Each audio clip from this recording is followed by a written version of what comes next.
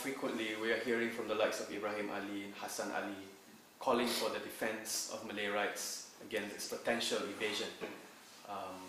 What do you make of such sentiments? Do you think this is representative of on-the-ground feelings among Malays, or do you think this is concocted by certain interests? Okay, we are basically talking about nationalism. And historically, and Malaysia is not unique here, when we look at the emergence of nationalism in almost all countries, there are a number of factors that contribute to the phenomenon of mass nationalism. So on the one hand, you have real primordial attachments to land, to community, to language, to religion, and these are real sentiments. Even if they are expressed through a language of fear, that fear is a real object, it's a genuine fear. But of course, for these sentiments to then be communicated through a political medium, especially as a tool that mobilizes people, so an element of construction is involved. So that's where human agency comes in. That's why there are enunciators, there are people, agents and actors who articulate this. So it's a combination of both. There's a natural element and there's a human agency element as well. So I think what we are witnessing in Malaysia at the moment is merely an expression of something which is actually quite old and which is not unique to Malaysia. And I think if we were going to look at this, we need to look at it both from the point of view of the immediate present and in the longer historical context. Fear of loss of identity, fear of loss of power is not something new. And if we go back to the 19th century, of course, it was precisely that fear of loss of power, of sovereignty, of identity, that was the catalyst for the Malayan nationalist movement, which eventually led to the anti-colonial movement and the independence movement. So at different stages in our history, of course, there have always been these articulations of a communal sense of loss of identity. And I think what we are seeing in Malaysia today is the rise of, again, a form of nationalism, but a form of nationalism that is emerging in the context of a Malaysia which is, very different from the Malaysia of the 1950s or 40s or 20s of the last century. Because now that Malaysia is independent, the question therefore arises, why is there still this sense of anxiety? I think it is a reflection of where we as a country are in the context of the region and global politics as a whole. Perhaps this is not articulated very well by many people, but I think there's certainly an awareness that Malaysia today is economically more exposed than it has ever been, as all countries are, because all countries are now plugged into a global market. And we've seen Malaysia, Singapore, Indonesia, all the countries of this region has seen the impact of global capital and what it does to societies. Opening up societies, often this is accompanied by a devastating impact on local economies, small, medium-scale industries. Remember, this sense of anxiety was also the thing that contributed, like I said, to not only Malayan nationalism, but nationalism in Burma, in Indonesia. The rise of Indonesian nationalism, for example, was the result of the fear of Indonesian batik producers, tobacco producers, that their economy was being taken away from them by foreign capital. And if we live in Malaysia today, we see this. We see the impact that foreign capital is having on our region. China and America are the two biggest investors in Southeast Asia. And no country in Southeast Asia, not even a country that is economically stable like Singapore, can insulate itself from these global developments. And I think on the ground level, this is where the anxiety lies, because citizens of many countries in the world, including Western Europe, now are less confident that their governments can protect them from the predatory instincts of foreign capital and the movements of capital. It has an immediate impact. It impacts on your daily lives, the cost of living. When you can't even afford sugar or bread or meat, then you feel that. It becomes something very real. Now, of course, confronted with that geopolitical economic reality, the opportunity then emerges for people to mobilize this sentiment, this fear, which on the one hand is a real fear, like I said, but for other purposes as well. And I think what we are seeing in Malaysia today, the worrisome aspect of it, is that this fear is being articulated differently by different ethnic groups. And this reflects the nature of Malaysia's fragmented society. Because, while we are all Malaysian citizens, as we all know, Malaysians are still very much divided along cleavages of ethnicity, language and religion.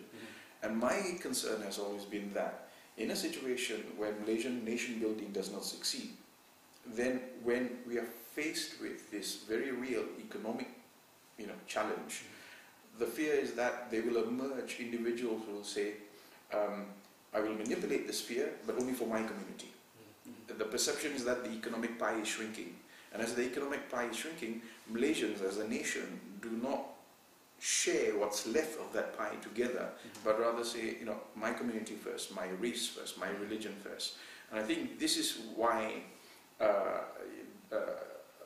lot of observers of Malaysian politics are somewhat worried about the trend that we are seeing in Malaysia today. So on the one hand, it's a real phenomenon. It taps into the real anxieties of people. But the language that is used privileges one community vis-a-vis other communities. And we have to remember that, in the case of Malaysia, you cannot maintain stability in Malaysia, and Malaysia as a whole cannot develop if it's one community at the expense of other communities. Malaysia has to develop together, and when we are faced with this real challenge of powerful global capital, the genuine threat of the loss of investment, for example, this impacts on all Malaysians, and it doesn't recognize, capital doesn't recognize your color, your language, your religion.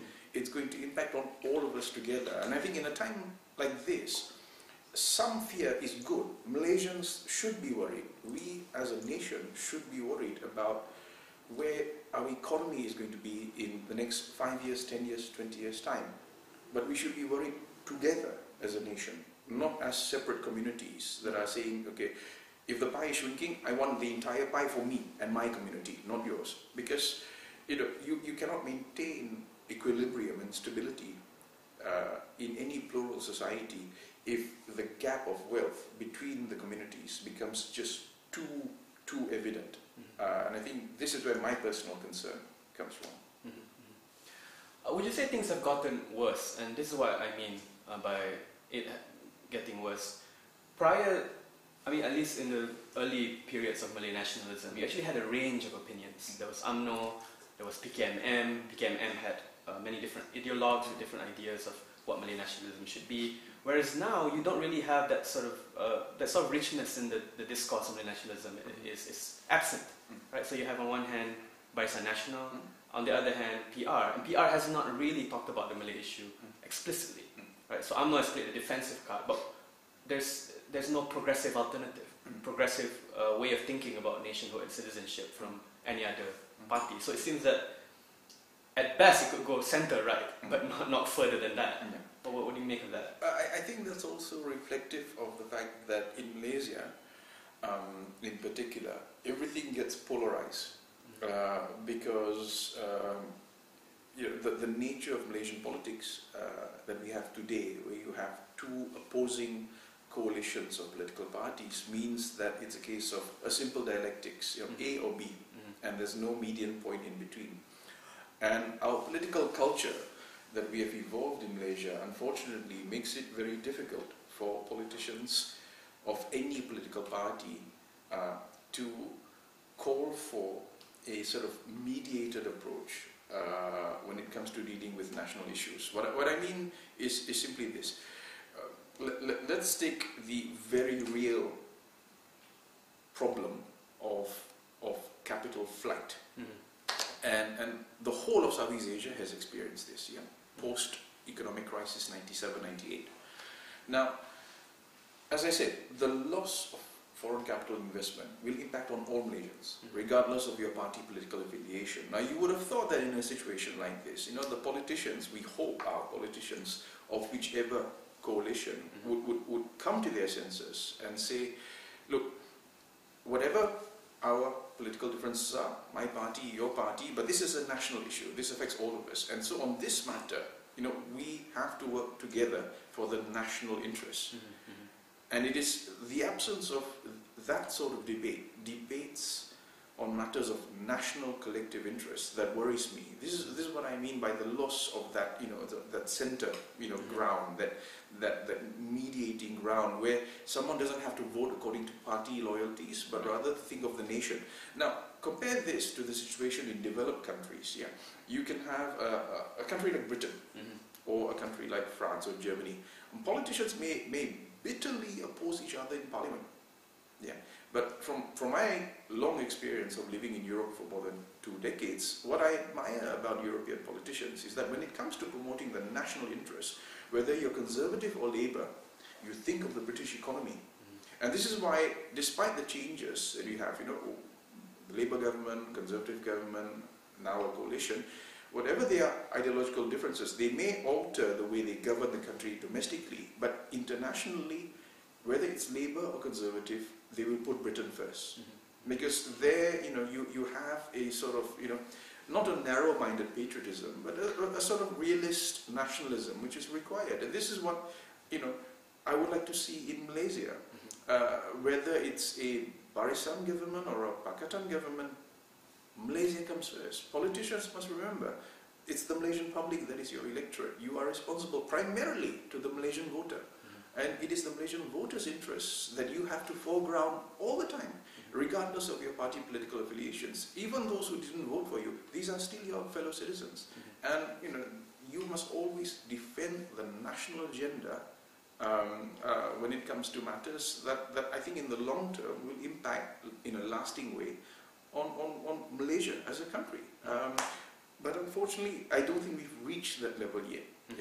We are beginning to see tentative signs of this. So now we see the younger members, the younger politicians from Barisan and Pakatan willing to debate in a constructive way, again thinking with the national interest. So I place a little bit of hope on the next generation of politicians, because I think with every generation certain thresholds are crossed, and I think this present generation, the younger politicians we see now who are in their 30s, these are the products of Malaysia post 1980. So their experience of Malaysia is not a Malaysia of paddy fields and tin mines. Their experience of Malaysia is of a newly industrializing country, and they have that hope to see Malaysia continue, and we have to for our national interest. So if I had an appeal to all the politicians in this country is, put national interest first. And like I said, fear and concern, anxiety about the future is sometimes a good thing, but it should not be articulated solely on the basis of my community against yours, because that doesn't serve Malaysia. That might serve Malays or Chinese or Indians, but it doesn't serve Malaysia, and it doesn't serve Malaysians.